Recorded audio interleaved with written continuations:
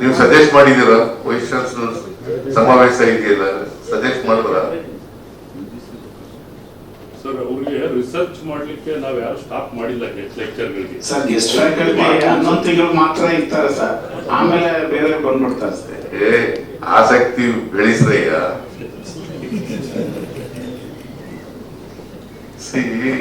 ಶಿಕ್ಷಣ ಅಂತಂದ್ರೆ ನಿಮ್ಗೆ ಆಸಕ್ತಿ ಬೆಳೆಸ್ಬೇಕಲ್ಲ, ನಿಮ್ಗೂ ಆಸಕ್ತಿ ಇರ್ಬೇಕು, ವಿದ್ಯಾರ್ಥಿಗಳಿಗೂ ಆಸಕ್ತಿ ಬೆಳೆಯಬೇಕು. ಆಸಕ್ತಿನ ಬೆಳೆದಿರೋದ್ರೆ ಹೆಂಗೆ ಮಾಡ್ತಾರೆ? ನಿಮ್ಗೆ ವೈಜ್ಞಾನಿಕ ಮತ್ತು ವೈಚಾರಿಕತೆಯ ಆ ಒಂದು ವಾತಾವರಣ ನಿರ್ಮಾಣ ಮಾಡಬೇಕಿದ್ರೆ ಹೆಂಗೆ ನಿಮ್ಗೆ ವೈಚಾರಿಕತೆ ಬೆಳೀತದೆ?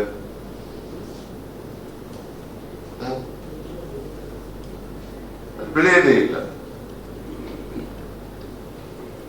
ಅದಕ್ಕೋಸ್ಕರ ಆ ಒಂದು ವಾತಾವರಣ ನಿರ್ಮಾಣ ಮಾಡಬೇಕು. ಈಗ ಕರ್ನಾಟಕದಲ್ಲಿ ಕನ್ನಡದ ವಾತಾವರಣ ನಿರ್ಮಾಣ ಮಾಡಿದ್ರೆ ಕನ್ನಡ ಬೆಳಿಬೇಕು, ಕನ್ನಡ ಮಾಡಬೇಕು, ಕನ್ನಡ ಬೆಳಿಬೇಕು ಅಂತಂದ್ರೆ ಹೆಂಗೆ ಬೆಳೀತದೆ?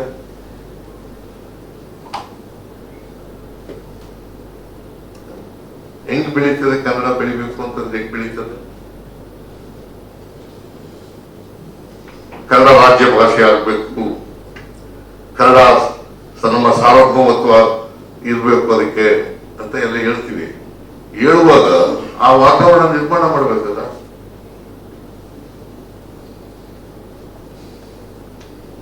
ಮತ್ತೆ ಹೆಂಗೆ ಎಲ್ಲರೂ ಕನ್ನಡ ಮಾತಾಡೋದು ಹೆಂಗ್ ಕಲಿತಾರೆ? ನಾವು ಕನ್ನಡಿಗರು ಮೊದಲು ಕನ್ನಡ ಮಾತಾಡಿದ್ರೆ ಅವ್ರು ಬೇರೆಯವರು ಕನ್ನಡ ಕಲೀಲಿಕ್ಕೆ ಅನುಕೂಲ ಆಗ್ತದೆ. ಕನ್ನಡದ ವಾತಾವರಣ ನಿರ್ಮಾಣ ಮಾಡಿಲ್ಲ ನಾವು ಅಂತಂದ್ರೆ ಕನ್ನಡ ಹೆಂಗೆ ಬೆಳೀತದೆ? ಹಾಗೇನೆ ವೈಜ್ಞಾನಿಕತೆ ಮತ್ತು ವೈಚಾರಿಕತೆ ವಾತಾವರಣ ನಿರ್ಮಾಣ ಮಾಡದೆ ಹೋದ್ರೆ ವೈಜ್ಞಾನಿಕತೆ ಹೆಂಗ್ ಬೆಳೀತದೆ? ವಿದ್ಯಾರ್ಥಿಗಳಲ್ಲಿ ಹೆಂಗ್ ಬೆಳೀತದೆ? ಬಹಳ ಜನ ಡಿಗ್ರಿ ಹೋಲ್ಡರ್ಸ್, ಮಾಸ್ಟರ್ ಡಿಗ್ರಿ ಇರ್ಬೋದು ಅಥವಾ ಬ್ಯಾಚುಲರ್ ಡಿಗ್ರಿ ಇರ್ಬೋದು, ಇದನ್ನ ಮಾಡೋರೇ ಜಾಸ್ತಿ ಮಾಡ್ತಾರೆ. ಯಾಕೆ? ಏನು ದೋಷ ಇರ್ಬೇಕಲ್ಲ?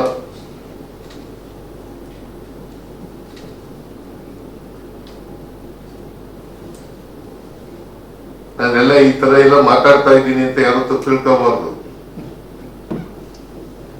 ಏನು ದೋಷ ಇರ್ಬೇಕಲ್ಲ?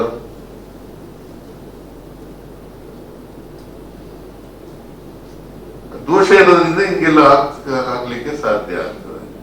ಅದರಿಂದ ನೀವು ಹೇಳಿರ್ತಕ್ಕಂಥ ಅನೇಕ ಸಮಸ್ಯೆಗಳಿದ್ದಾವಲ್ಲ, ಅವಕ್ಕೆ ಸರ್ಕಾರ ಪ್ರಯತ್ನ ಮಾಡ್ತದೆ, ಉತ್ತರ ಕೊಟ್ಟು ಸಮಸ್ಯೆಗಳ ಬಗೆಹರಿಸಲಿಕ್ಕೆ ಮಾಡ್ತೀವಿ. ನಾನು ಉನ್ನತ ಶಿಕ್ಷಣ ಸಚಿವರು ಪ್ರಯತ್ನ ಮಾಡ್ತೀವಿ. ಬಟ್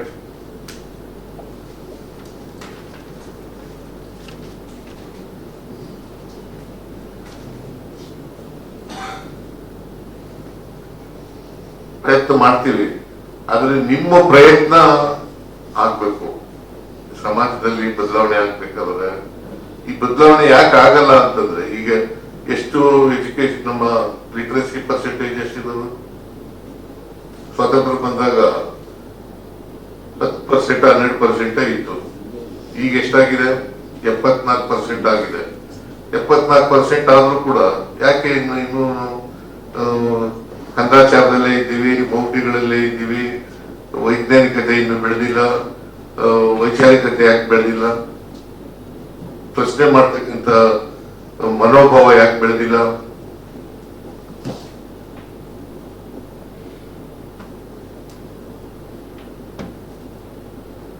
ಸೊ ಈ ಕಡೆ ಹೆಚ್ಚು ಗಮನ ಕೊಡಬೇಕಾಗಿರುತ್ತೆ.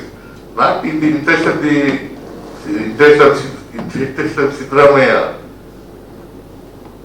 ಸಮಾಜದ ದೃಷ್ಟಿಯಿಂದ, ದೇಶದ ದೃಷ್ಟಿಯಿಂದ, ಸಂವಿಧಾನದ ದೃಷ್ಟಿಯಿಂದ ಮಾಡಬೇಕು.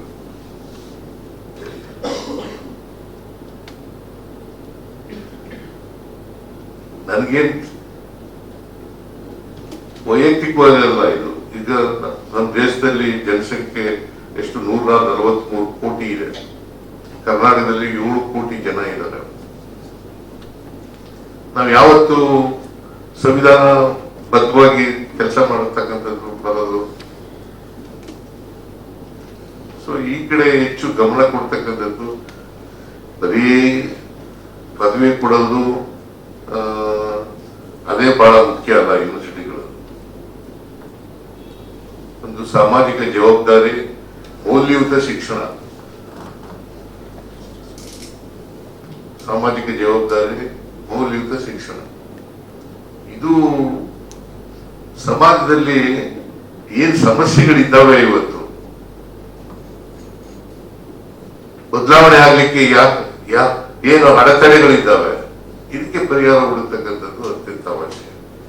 ಬಹುಶಃ ನನ್ನ ಪ್ರಕಾರ ಈ ತರ ಪದವೀಧರನ್ನ ತಯಾರು ಮಾಡಿದ್ರೆ ದೇಶಕ್ಕೂ ಒಳ್ಳೇದಾಗತ್ತೆ, ಸಮಾಜಕ್ಕೂ ಒಳ್ಳೇದಾಗ್ತದೆ.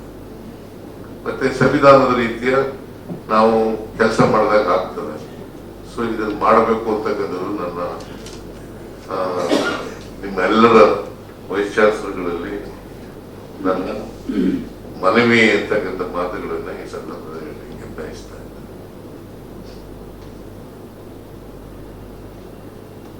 ಇದು ಆಗ್ಲೇಬೇಕು.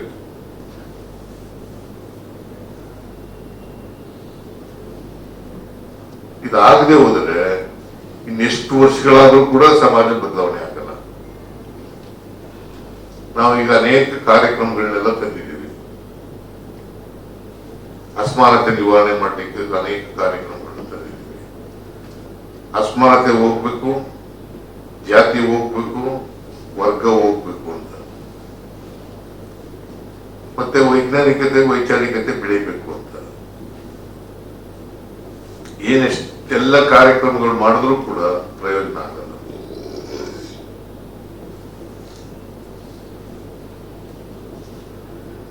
ಅದಕ್ಕೆ ನಿಮ್ಮ ಯೂನಿವರ್ಸಿಟಿ ಕ್ಯಾಂಪಸ್ಗಳಲ್ಲಿ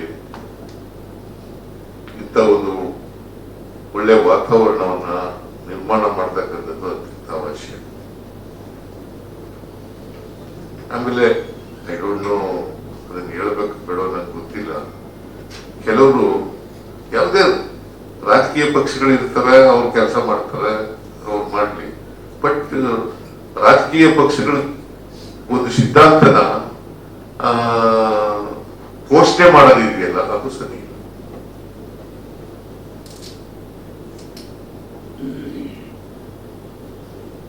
ಯಾವುದೋ ಒಂದು ರಾಜಕೀಯ ಪಕ್ಷದ ಸಿದ್ಧಾಂತನ ಘೋಷಣೆ ಮಾಡೋದಿದೆಯಲ್ಲ, ಅದು ಸರಿಯಾದ ಕ್ರಮ ಅಲ್ಲ. ವೈಸ್ ಚಾನ್ಸಲರ್ಗಳು ನಾನು ನೋಡಿದೆ, ಕೆಲವು ಎಲ್ಲರೂ ವೈಸ್ ಚಾನ್ಸಲರ್ಗಳಲ್ಲ, ಕೆಲವು ಕಡೆ ಈ ತರದವರು ಎಲ್ಲ ಕೂಡ ಮಾಡ್ತಕ್ಕಂಥ ಕೆಲಸಗಳನ್ನ ಮಾಡ್ತಾರೆ. ಇವೆಲ್ಲ ಆಗ್ಬಾರ್ದು.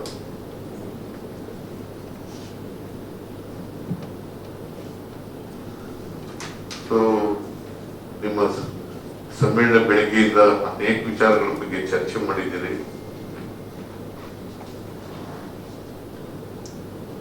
ನಾನು ವೈಸ್ ಚಾನ್ಸಲರ್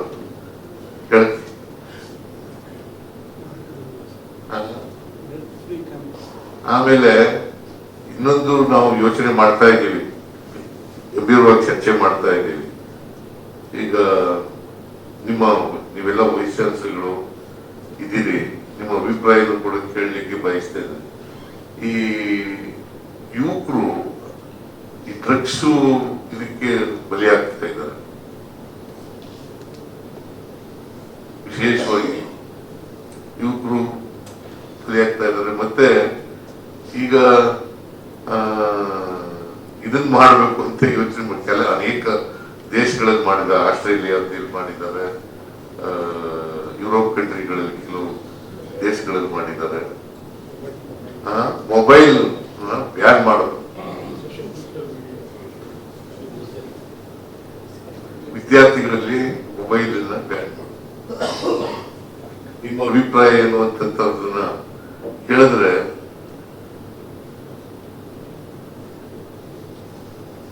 ಅಂದ್ರೆ ವಯಸ್ಸಾದವರಲ್ಲ, 16 ವರ್ಷದೊಳಗಡೆ ಇರ್ತಕ್ಕಂಥವ್ರು. ಬಹುಶಃ ಬಹಳಷ್ಟು ಮಕ್ಕಳುಗಳು ಸೋಷಿಯಲ್ ಮೀಡಿಯಾದಲ್ಲಿ ಸಿಕ್ಕಾಕೊಂಡು ಹಾಳಾಗ್ತಾ ಇರ್ತಕ್ಕಂಥದ್ದನ್ನು ನಾವು ಕಾಣ್ತಾ ಇದ್ದೀವಿ.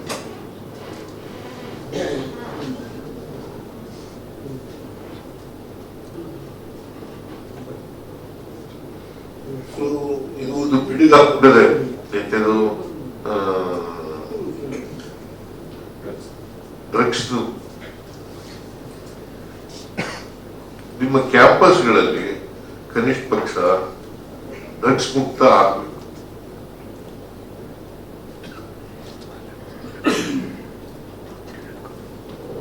ಈ ಕಡೆಗೂ ಕೂಡ ಗಮನ ಕೊಡ್ತಕ್ಕಂಥದ್ದು. ಒಂದು, ನೀವು ಮಾಡಿದ್ರೆ ಸೊಸೈಟಿಗೆ ಅನುಕೂಲ ಆಗ್ತದೆ, ಉತ್ತಮವಾದಂತ ನಾಗರಿಕರನ್ನ ತಯಾರು ಮಾಡಬೇಕಾಗತ್ತೆ. ಉತ್ತಮವಾದಂತ ನಾಗರಿಕರನ್ನು ತಯಾರು ಮಾಡಿದ್ರೆ ಒಳ್ಳೆ ಸಮಾಜ ನಿರ್ಮಾಣ ಮಾಡಲಿಕ್ಕೆ ಸಾಧ್ಯ ಆಗ್ತದೆ. ಅದನ್ನು ಮಾಡಬೇಕು ಅಂತ ಹೇಳಿ ನೀವು ನಿಮ್ಮ ಕ್ಯಾಂಪಸ್ಗಳಲ್ಲಿ ಯಾರ್ಯಾರು ಡ್ರಗ್ಸ್ ಮಾಫಿಯಾಗಳಿದ್ದಾರೆ ಅಥವಾ ಡ್ರಗ್ಸ್ ತಗೊಳ್ತಕ್ಕಂಥ ವಿದ್ಯಾರ್ಥಿಗಳಿದ್ದಾರೆ ಅವರನ್ನ ಮಾರ್ಪಾಡು ಮಾಡ್ತಕ್ಕಂಥ ಕೆಲಸವನ್ನ ಮಾಡಬೇಕು. ಸೊ ಇಷ್ಟು ವಿಚಾರಗಳನ್ನ ನಿಮ್ಮ ಮುಂದೆ ಪ್ರಸ್ತಾಪ ಮಾಡಿ. ಮೊಬೈಲ್ ಬ್ಯಾನ್ ಮಾಡೋದು ನಿಮ್ಮ ಅಭಿಪ್ರಾಯ ಅಂದ್ರೆ ಕಾಲೇಜ್ ಬರಲ್ಲ ಡಿಗ್ರಿಗೆ 16 ವರ್ಷ ಇಲ್ಲ ನಿಮ್ಮ ಅಭಿಪ್ರಾಯ ಅಂದ್ರೆ 16 ಇಯರ್ಸ್ ಒಳಗೆ 16 ಒಳಗಡೆ ಬಹಳ ಒಳ್ಳೆ ಡಿಸಿಷನ್ ಸರ್, ಬಹಳ ಒಳ್ಳೆ ಡಿಸಿಷನ್ ಸರ್. ಮಾಡಬೇಕು 14 ವರ್ಷಕ್ಕಿಂತ ಕೆಳಗೆ ಮಕ್ಕಳಿಗೆ ಕಡ್ಡಾಯ ಮೊಬೈಲ್ ಯೂಸೇಜ್ ಅಟ್ಲೀಸ್ಟ್ ಕ್ಲಾಸ್ಗಳಲ್ಲಿ ಶಾಲೆಗಳಲ್ಲಿ ಮಾಡಿದ್ರೆ ಬಹಳ ಒಳ್ಳೆ. 16 ವರ್ಷ ಸ್ಕೂಲ್ ಚಿಲ್ಲರಿಗೆಲ್ಲ 16 ವರ್ಷದವರೆಗೆ ಈಗ ಆಸ್ಟ್ರೇಲಿಯಾದಲ್ಲಿ ಮಾಡಿದ್ದಾರೆ, ನಮ್ಮಲ್ಲಿ ಮಾಡೋದು ತುಂಬಾ ಉತ್ತಮ ಸರ್. ಕೆಲವು ಯುರೋಪ್ ಕಂಟ್ರಿಗಳು ಕೂಡ ಮಾಡಿದ್ದಾರೆ. ಸ್ಕೂಲ್ ಅಲ್ಲ ನಿಮ್ಮ ಅಭಿಪ್ರಾಯ ಇದೆಲ್ಲ ಶಿಕ್ಷಣ ತಜ್ಞರಲ್ವೇನ್ರಿ?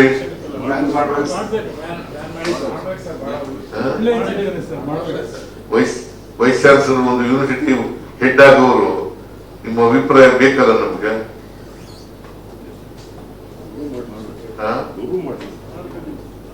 ಮುಂದುವರೆದ ಭಾಗದಲ್ಲಿ ಬೇರೆ ಕಡೆ ಕ್ಲಾಸ್ ರೂಮ್ ಅಲ್ಲಿ ಮೊಬೈಲ್ ಬೇರೆ ಕಂಟ್ರಿಗಳಲ್ಲಿ ಸ್ಟೂಡೆಂಟ್ಸ್ ಈವನ್ ಹೈಯರ್ ಎಜುಕೇಶನ್ ಅಲ್ಲೂ ಕ್ಲಾಸ್ ರೂಮ್ ಹೊರಗಡೆ ಇಟ್ಟಿರ್ತಾರೆ. ಕ್ಲಾಸ್ ರೂಮ್ ಒಳಗಾದ್ರೂ ಅಟ್ಲೀಸ್ಟ್ ಅವಾಯ್ಡ್ ಮಾಡ್ಬೋದು. Class talking class room. ಇವಾಗ ಎಕ್ಸಾಮಿನೇಷನ್ ಅಲ್ಲಿ ಬ್ಯಾನ್ ಇದೆ, ಎಕ್ಸಾಮ್ ಹಾಲಿಗೆ ಹೋಗಿಲ್ಲ ಸರ್ ಯಾರು. ಆದ್ರೆ ಕಾಲೇಜಿಗೆ ತರಬಾರ್ದು ಅನ್ನೋದು ಪೇರೆಂಟ್ಸ್ ಅಪೋಸ್ ಮಾಡ್ತಾರೆ. ಪೇರೆಂಟ್ಸ್ಗೆ ಅದು ಸೇಫ್ಟಿ ಸಲುವಾಗಿ ಇರ್ಬೇಕಂತ.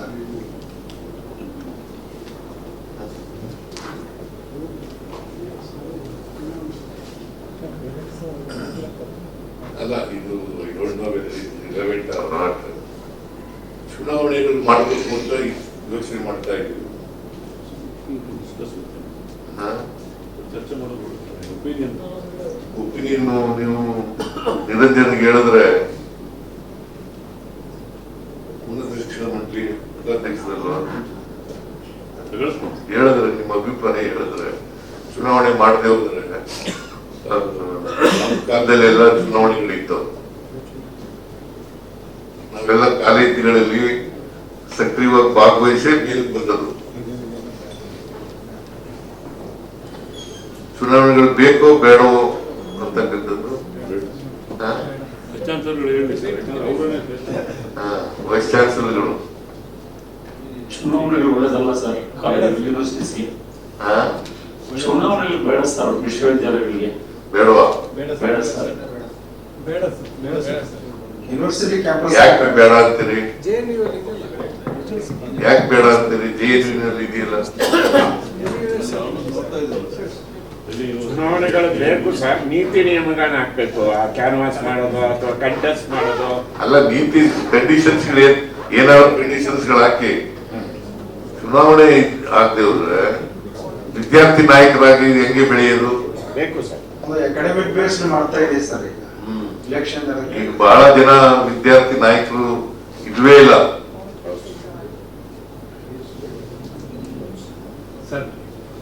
ಅಕಾಡೆಮಿಕ್ ಬೆಟರ್ ಪರ್ಫಾರ್ಮಿಂಗ್ ವಿದ್ಯಾರ್ಥಿಗಳಿಗೆ ಅಪರ್ಚುನಿಟಿ ಕೊಡ್ತಾ ಇದೆ ಸರ್. ಈಗ ತಾವೇ ಹೇಳಿದ್ದೀರಿ ಸರ್, ವಿಶ್ವವಿದ್ಯಾನಿಲಯವನ್ನು ಸಂವಿಧಾನಾತ್ಮಕವಾಗಿ ನಾವು ರೂಪಿಸಬೇಕಾದಂತ ಅನಿವಾರ್ಯತೆ ಇದೆ ಅಂತೇಳಿ. ಮಂಗಳೂರು ಯೂನಿವರ್ಸಿಟಿ ಸರ್, ನಾನು ಈಗಾಗಲೇ ಕ್ಯಾಂಪಸ್ನಲ್ಲಿ ಸಾಕಷ್ಟು ಸಮಸ್ಯೆಗಳಿದ್ದಾವೆ. ಮತ್ತೆ ಇಲೆಕ್ಷನ್ ವಿದ್ಯಾರ್ಥಿಗಳು ಮಾಡಬೇಕು ಅಂತಂದ್ರೆ ಅದು ಪಕ್ಷಾತೀತವಾದಂತ ಇಲೆಕ್ಷನ್ ಆಗ್ಲಿಕ್ಕೆ ಸಾಧ್ಯ ಇಲ್ಲ ಸರ್. ಎಲ್ಲ ಪೊಲಿಟಿಕಲ್ ಪಾರ್ಟಿ ಬೇಸ್ಡ್ ಇಲೆಕ್ಷನ್ ಆಗೋಗ್ಬಿಡ್ತವೆ. ಈ ಸೆಮಿಸ್ಟರ್ ಸಿಸ್ಟಮ್ ನಲ್ಲಿ ಈಗಾಗಲೇ ಇಂಡೈರೆಕ್ಟ್ ಇಲೆಕ್ಷನ್ ಇರೋದ್ರಿಂದ ಸುಮಾರು 2 ವಾರ ಈಗಾಗಲೇ ಕಳೆದೋಗ್ಬಿಡ್ತದೆ ಸರ್. ಇದೇನಾದ್ರೂ ಇಲೆಕ್ಷನ್ ಮಾಡಿದ್ರೆ ಕ್ಯಾಂಪೇನ್ ಅಂತ ಒಂದು ಮತ್ತು ಸೆಲೆಬ್ರೇಷನ್ ಅಂತ ಒಂದು ಆಲ್ಮೋಸ್ಟ್ 3 ತಿಂಗಳದ್ದು ಎಕ್ಸರ್ಸೈಸ್ ಇದ್ರಲ್ಲಿ ನಡೀತದೆ ಸರ್. ಈಗಾಗಲೇ ಈ ಹಿಂದೆ ಬೆಳಿಗ್ಗೆನೆ ಟೈಮ್ ಟೇಬಲ್ ಅನ್ನು ಹೇಳಿ ಎಲ್ಲರೂ ಕೂಡ ಟೈಮ್ ಟೇಬಲ್ ಅನ್ನ ನೀವು ಅನುಸರಿಸಬೇಕು. You should be abide by the time table ಅಂತ ಬೆಳಿಗ್ಗೆ ನಮ್ಗೆ ಇನ್ಸ್ಟ್ರಕ್ಷನ್ ಬಂದಿದೆ ಸರ್. ಮತ್ತು ಅದೆಲ್ಲ ನಾವು ಒಪ್ಕೊಂಡಿದ್ದೀವಿ. ಚುನಾವಣೆ ಅನ್ನೋದು ಈ ಸಂದರ್ಭದಲ್ಲಿ ಬಹಳ ಕಷ್ಟ ಆಗುತ್ತೆ. ಎರಡನೇದು 16 ವರ್ಷದ ಮೊಬೈಲ್ ಫೋನ್ ಅಂತ ತಾವು ಹೇಳಿದ್ರಿ.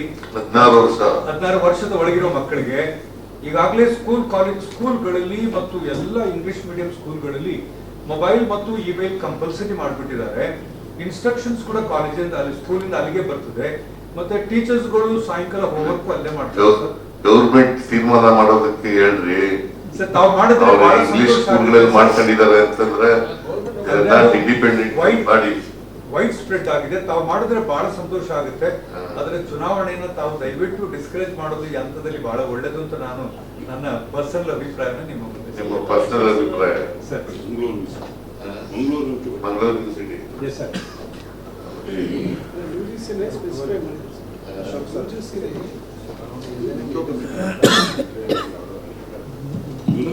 ಆಕ್ಟಲ್ಲೂ ಸಹ ಎಲೆಕ್ಷನ್ಗಳನ್ನ ಎನ್ಕರೇಜ್ ಮಾಡಬೇಕು, ಈಗ ಫಂಡ್ ಇಡಬೇಕು ಅಂತ. ಈಗ UGC also prescribes, has got some instruction ಭಾಗವಹಿಸಿದ್ದು ನಾವೆಲ್ಲ ಈಗ ಚೀಫ್ ಮಿನಿಸ್ಟರ್ ಆಗಿಲ್ವಾ? ಆಗಿದ್ದೀರಿ ಸರ್. ಅಂದ್ರೆ ಪರಿಸ್ಥಿತಿ ಈಗ ತುಂಬಾ ಬದಲಾವಣೆ ಆಗಿದೆ ಸರ್. Chief minister ಆಗಿದ್ದೀನಲ್ರಿ? ಹೌದು ಸರ್. ಮತ್ತೆ ನಿಯಮಗಳು ಹಾಕ್ಬಿಟ್ಟು ಮಾಡ್ಬೋದು. ನಿಯಮಗಳು ಹಾಕಿ ನೀವು ಯೂನಿವರ್ಸಿಟಿ ಮಾಡಿ. ಆ ದಿಸೆಯಲ್ಲಿ ವಿದ್ಯಾರ್ಥಿಗಳ ಪಾರ್ಲಿಮೆಂಟ್ ನಡೆಸುವಂತ ಅದು ಆ ತರದ ಚಟುವಟಿಕೆಗಳಿಗೆ ಹೆಚ್ಚಿನ ಒಂದು ಎನ್ಕರೇಜ್ಮೆಂಟ್ ಕೊಟ್ಟರೆ ವಿದ್ಯಾರ್ಥಿಗಳಿಗೆ ಸಾಮಾಜಿಕ ಮೌಲ್ಯಗಳ ಬಗ್ಗೆ, ಶಿಕ್ಷಣದ ಬಗ್ಗೆ ನಾವು ಹೆಚ್ಚಿನ ವ್ಯವಸ್ಥೆಯನ್ನು ಮಾಡ್ಲಿಕ್ಕೆ ಸಾಧ್ಯ ಆಗುತ್ತೆ ಸರ್. ಸ್ಟೂಡೆಂಟ್ ಪಾರ್ಲಿಮೆಂಟ್ಸ್ ಅವನ್ನ ಆ ತರದ ಒಂದು ಮಾಕ್ ಸೆಷನ್ಸ್ ಅನ್ನ ವಿಶ್ವವಿದ್ಯಾಲಯದಲ್ಲಿ ನಡೆಸ್ತಕ್ಕಂಥ ವ್ಯವಸ್ಥೆ ಮಾಡಿದ್ರೆ ಇಲೆಕ್ಷನ್ಗಿಂತ ಅದು ಬೆಟರ್ ಅಂತ ನನ್ನ ಅಭಿಪ್ರಾಯ ಸರ್. ಖಂಡಿತ ಇವತ್ತು ರಾಜಕೀಯ ಪ್ರಜ್ಞೆ ಕಡಿಮೆ ಆಗ್ತಾ ಇದೆ ನಮ್ಮ ಯುವಕರಲ್ಲಿ. ಈ ರೀತಿ ನಿಯಮಬದ್ಧವಾದ ಚುನಾವಣೆಯಲ್ಲಿ ಖಂಡಿತ ಆಗ್ತಾ ಇದೆ ಸರ್. ಅದನ್ನ ಒಂದು ನಿಯಮಿತ ಕಾಲದಲ್ಲಿ ಮಾಡಿ ಮುಗಿಸ್ಕೋಬೇಕು ಅಷ್ಟೇ. ಅದು ಸೆಮಿಸ್ಟರ್ ಜೊತೆಗೆ ಗೊಂದಲ ಉಂಟಾಗಬಾರ್ದು. ಮಾಡಿದ್ರೆ ಬಹಳ ಸೂಕ್ತವಾಗಿರುತ್ತೆ. ಮತ್ತೆ ರಾಜಕೀಯ ಪ್ರಜ್ಞೆನ ನಮ್ಮ ಯುವಕರಲ್ಲಿ ಮೂಡಿಸುವಂತ ಒಂದು ದಿಕ್ಕಿನಲ್ಲಿ ತುಂಬಾ ಒಳ್ಳೆ ಸಜೆಷನ್ ಸರ್.